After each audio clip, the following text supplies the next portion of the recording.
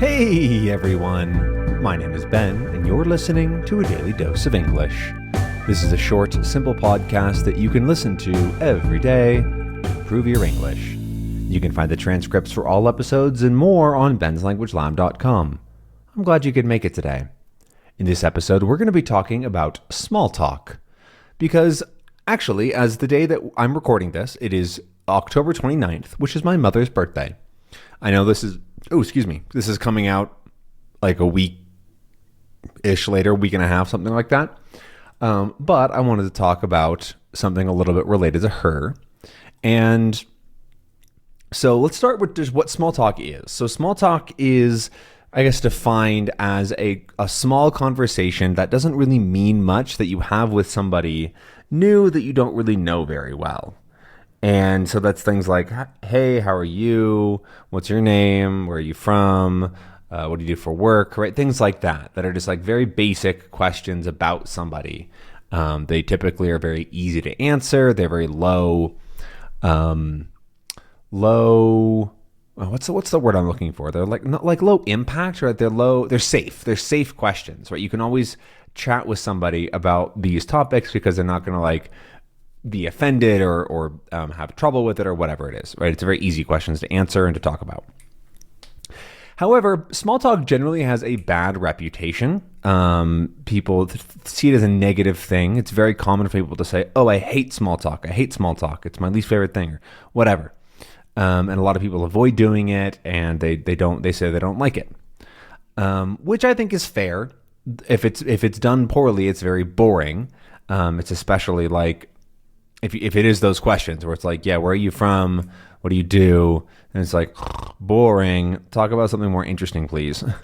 However, the reason I thought of my mother is because I think she's actually very, very good at small talk because she has the gift to be able to talk to anybody and usually be able to engage them in a conversation where everybody feels positive and happy about it. Which not everybody can do. It's not easy. I am terrible at that. I cannot do that. But for example, she works as a cashier at a grocery store. So she sees people every single day. And she talks about that all the time because she always talks to people.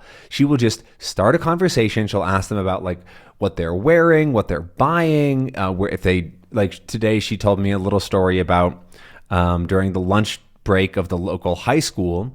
A kid was in there buying stuff and she knows some of the teachers at that high school. So she was like, oh, do you take Mr. Lehman's class? And he's like, yeah, I do. And it's like, I also do I also do search and rescue is what I was going to say there. And like, she's able to have those little conversations with anybody without having to do the boring, hi, what's your name? What are you doing today? Like that sort of stuff is very, very boring and not interesting. But I still think that this other stuff counts as small talk, right? Being able to engage somebody in a little conversation about something in their life or something that you have in common or whatever it is.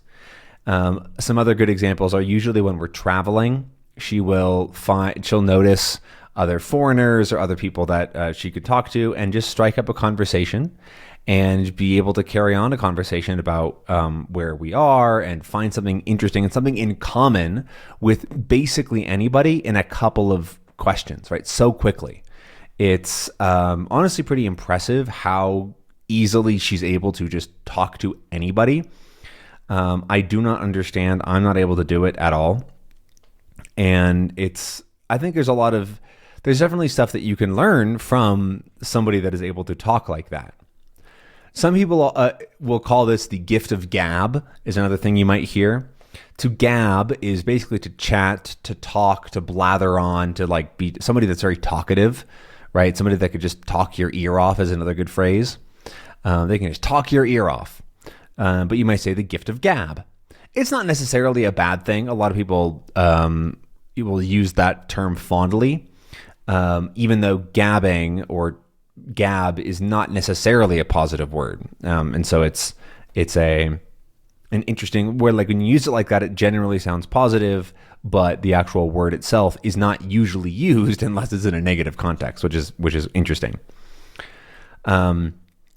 But this gift of gab definitely has its drawbacks, especially when you're a child, because I have plenty of memories of going to the store with her after school or after soccer practice or something, and we only needed a couple of things, but she would just get into chatting with somebody because she knows absolutely everybody. And she would run into people who were shopping. She would know people that worked there. They'd be old friends. They'd be whoever. And she would just go on having conversations, catching up with people. And I would be so horrifically frustrated and bored because I was like, I want to go home. I don't want to be here listening to you chatter on.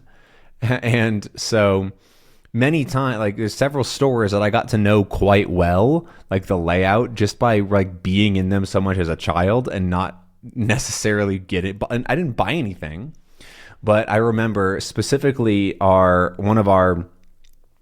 this must have been at that first, because we've moved a couple of times. So I'm pretty sure it's that store that I'm thinking of. Yeah, it's that one. Sorry, you obviously can't see what I'm thinking of in my brain. But there's a store that we would go to a lot in our, where I mostly grew up, the main house where I grew up, which is not the one that I had my teenage years in. But in that first store, I can imagine the layout, like where you go in, where the fruits and vegetables are, and then all the aisles. And I specifically remember there's one aisle that had like a secret little thing.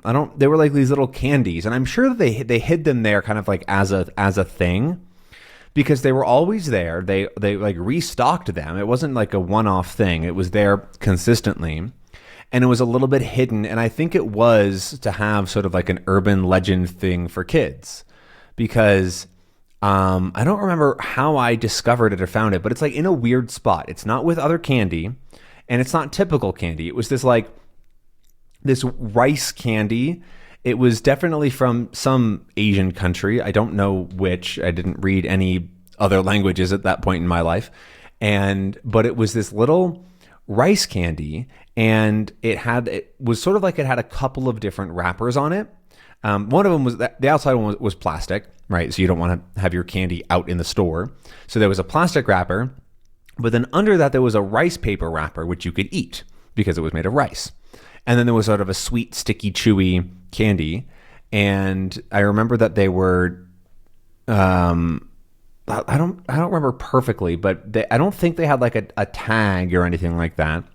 And I think that you would just get them, and they'd sort of they know how much they were, like they were sort of a secret item. I'm pretty sure, because they were also lower down, right? They were right at like a kid's eye level, not like in an adult's eye level. And they weren't like in an Asian aisle or in a sweets aisle or anything, which is why I think that they're especially there.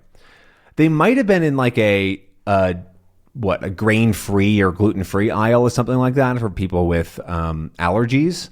I know that does happen sometimes, where there's only a couple of sweets or something like that end up in a different aisle because they're not really for, quote, regular people. They're for somebody with specific allergies or needs or whatever. So maybe I just found that and made up this story all on my own. I don't know. I think it's kind of a cool little memory. But I don't know why I talked about that for like 4 minutes. I hope that you got something out of it. I don't know. But yeah, so the takeaway from this, I think, is that small talk can be incredibly dull and boring, but it doesn't have to be. You can jump into a more interesting topic, and I think the secret there is to act like you know somebody, to act like their friend. Don't be like weird about it, but like assume that they want to talk to you, right? When you see them, you can be excited and you can go, oh, hey, I like your new shirt. Or in the case of seeing them for the first time, you'd say, I like your shirt. Or whatever it is, right? If it's like an actual compliment, right? Don't make stuff up as well. But then also, if you see somebody buying something, right? So the example of her working at a grocery store is that she often sees people buy stuff and goes, oh, is that good? I've seen people buy it, but I don't know if it's any good.